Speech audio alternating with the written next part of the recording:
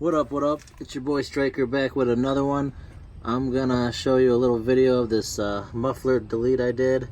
I only got this tailpipe kind of stuck in there right now. You can see that hole on the side. But I'm gonna figure out something. But I wanted you to hear it, what it sounds like without the muffler.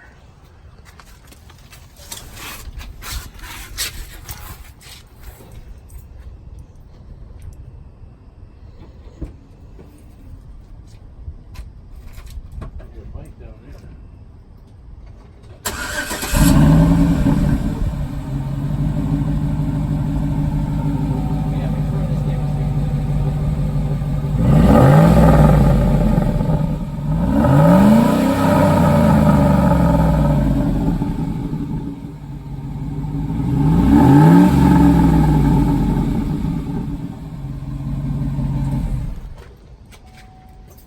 I mean, it's not terribly loud, but it is, wow, it is definitely louder.